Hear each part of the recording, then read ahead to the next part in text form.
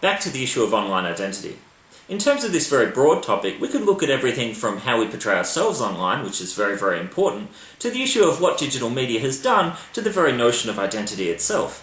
Has technology transformed us or become part of us in some way? Think of the mobile phone. I know I personally can't leave the house without checking for my mobile as much as I check for my keys. And when I ask for any student volunteers who are willing to let me take their mobiles home for a week, the response is pretty predictable. What does this say about us? Are mobile phones now bodily attachments? Are mobiles and similar devices also fashion accessories?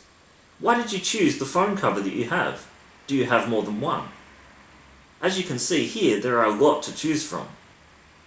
Do you know someone who has upgraded a device, at least in part, due to its aesthetic appearance? Adam 1.0 reflected on this issue in 2013. Let's have a look. Robert MacDougall, for example, has written in his recent book Digination that the iPod and other similar devices have the potential to recreate our acoustic space and transform our immediate physical environments as well as our relationships to them. MacDougall writes of the various ways in which personal digital music devices, or PDMDs, enable the reconfiguration of perceptual space within individualized experiential contexts. These devices afford users a relatively high-resolution sound space that, when tuned properly, often replaces the perceiver both spatially and temporally. In so doing, they have the capacity to fundamentally recast the nature of personal experience.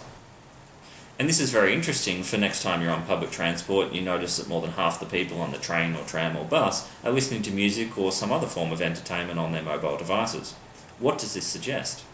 We might also consider the issue of online identity in relation to contemporary gaming cultures. I spoke about this recently to Dr. Deb Waterhouse Watson, a lecturer in Media and Communication and Literary Studies at Deakin and Monash Universities.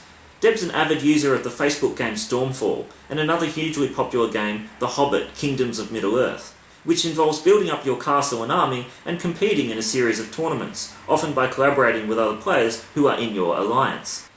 And because the chicken shop I filmed Deb in was too noisy, I had to get her to repeat everything outside. Here's what Deb had to say in relation to the Hobbit game and identity.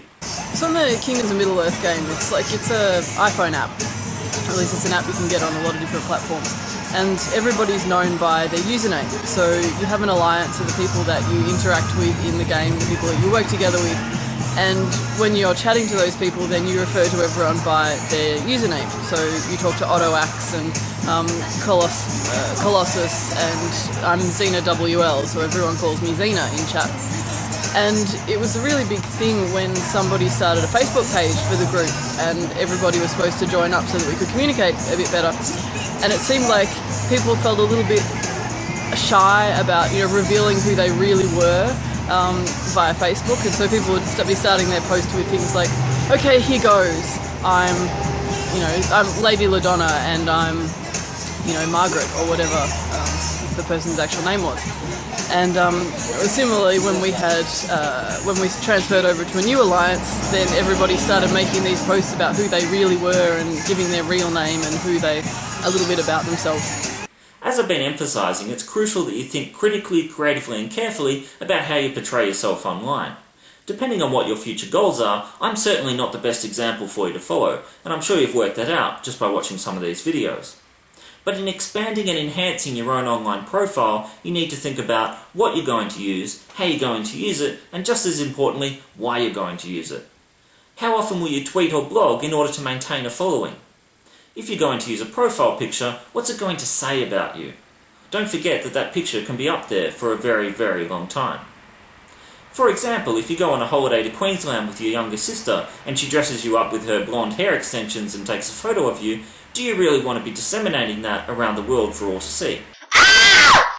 Another important point to remember is that we never have total control over how we're portrayed online, as pretty much anyone can take a photo of us, upload and tag it, and then others can share or retweet it without us even knowing about it, so there are ethical issues involved here. Should I take a photo of my somewhat shy mother who's not all that keen on the idea and then tweet it out there for the world to see? What can my mum do about this? Well, she can have her revenge by making me think she'd come straight out of a Japanese horror film and completely creeping me out. But given that she's not even on Facebook, if I didn't delete the tweet straight after I posted it, she wouldn't know whether or not it was still up there for the world to see. And now it is again. And we also have to be aware of the manipulation of images made possible through user-friendly apps that can change your appearance. My sister's use of Face Juggler, for instance, made my parents look slightly different. And just in case you're wondering, I did have their permission. Please note that I have now uploaded a detailed instructions document on Cloud Deakin and a full example on my blog for the Module 1 exercise. And to reward those of you who are watching this meLecture, I thought I'd give you a few more tips for success here. The theme of online identity is intentionally broad to allow you as much flexibility as possible, so get creative. Extra marks will be given for inventiveness. Being creative is not just about being entertaining though, it's about showing an innovative use of media generally. To take one small example, give your blog post an interesting title, not just Module 1 exercise. And don't forget that while your creative and effective use of digital media is a significant part of this assignment, and is listed among the assessment criteria, your written component is also important. Be sure to write in full sentences and paragraphs, for instance. Please note carefully the detailed advice provided in the instructions document regarding your use of images. In order for you to learn a few new things, and to avoid the commonplace, somewhat lazy, and invariably problematic quick searching of Google Images, I've limited your use of images to those that you create yourself, or those that have Creative Commons licenses. Producing your own images in the form of photographs or drawings, in effect creating digital media text within your digital media text, your blog post, is a particularly valuable way to demonstrate creative thinking and practice. And remember that visual clarity is also important. Don't go nuts with pictures, and choose a blog site and template that enables you to include a lot of written and other material in an interesting but clear way. My personal preference for my blog is WordPress, but that doesn't necessarily have to be yours. Perhaps most importantly, don't leave things until the last minute. You are working with digital media that is outside the bounds of the Deakin system, and may be very unfamiliar to you.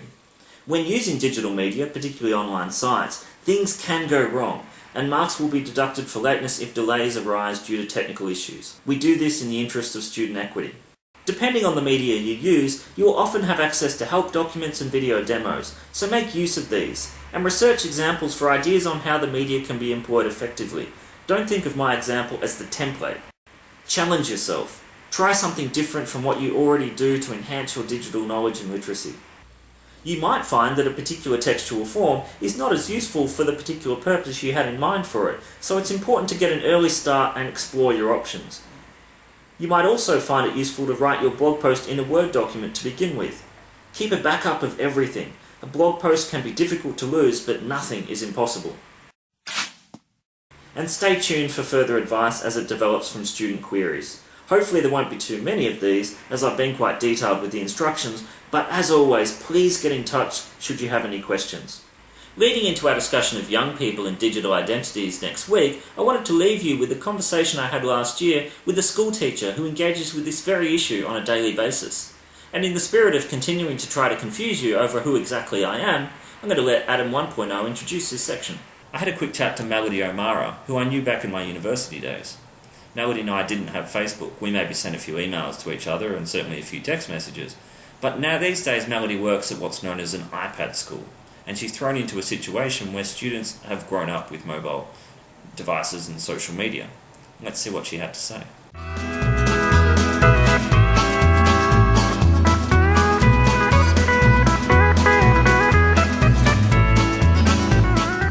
We are here today talking to Melody O'Mara. Thanks very much, Mel, for having a chat to us. Can you tell us a little bit about how social media is impacting on teaching and what you can or try to do? It's hard to know if you're doing, if you can really do anything about it, I suppose. And it doesn't have to mean that it's a bad thing, but it's definitely there and it's not going away. And the Facebook thing is a bit of a grey area in a lot of schools. Like the school I currently teach at has policy on Facebook usage, as in teachers are not allowed to be friends with any of their students on Facebook, and we're not allowed to use Facebook groups for, curriculum or teaching purposes. It needs to be the school's electronic system or something that's, sort of being validated for educational purposes, I suppose. But that doesn't mean that Facebook doesn't get used at a lot of other schools. Like, it's a real grey area because it's such a new thing. A lot of places don't actually have a policy on it, so it's really a bit hard to know where you stand on it, or where schools stand on it a lot of the time. But I mean, kids use Facebook all the time. I can see why a lot of schools would, you know, try to utilise it in the classroom and create, you know, groups for different subjects out of it, because that is what the kids are engaged in all the time, and it's easier to actually get them to use that than it is to get them to use something like a blog or the school's network, or, you know, anything that they have to sort of log into separately. Seem to be a lot less likely to use. And you were saying before, Mel, that at your school the iPad is the official device, whereas the mobile phone, while unofficial and not necessarily encouraged, permeates the school environment in a lot of different ways. Can you say some more about that and how students rely, if not over-rely, on the mobile device?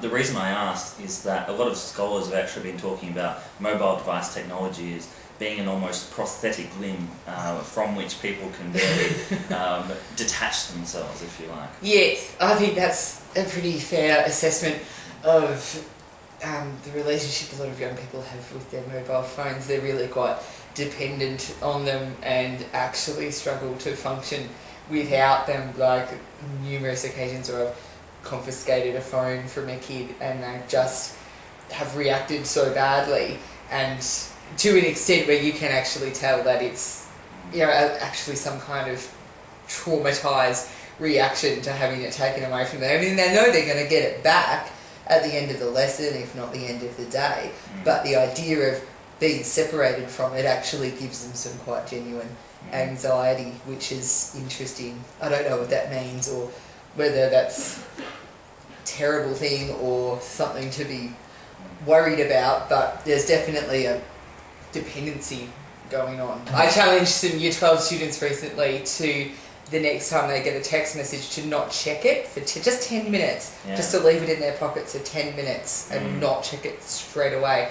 And they really found that a difficult concept and thought that that would be too hard. So, you know, but I think a lot of it's to do with not, you know, we can't, I don't know, the answer is not necessarily to just try to outlaw mobile phones or anything. It probably has to be in educating people about appropriate use of them. Well, thank you very much again for talking to us. That's okay. Ciao. Ciao. Ciao.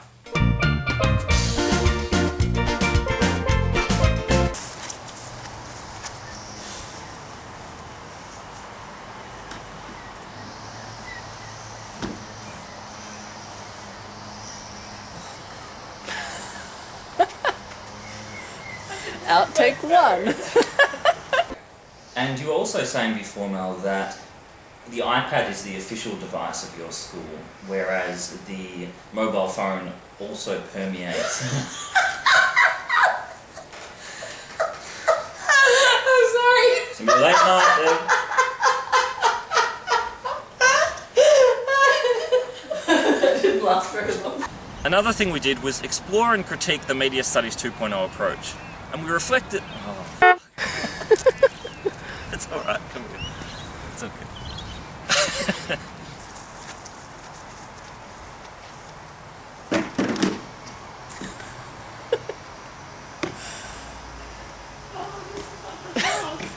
Take 2. Okay, right, I'm back. See, Kelly's gonna have to have an outtakes too. This can go for 20 minutes. This is much more fun than preparing my classes for tomorrow.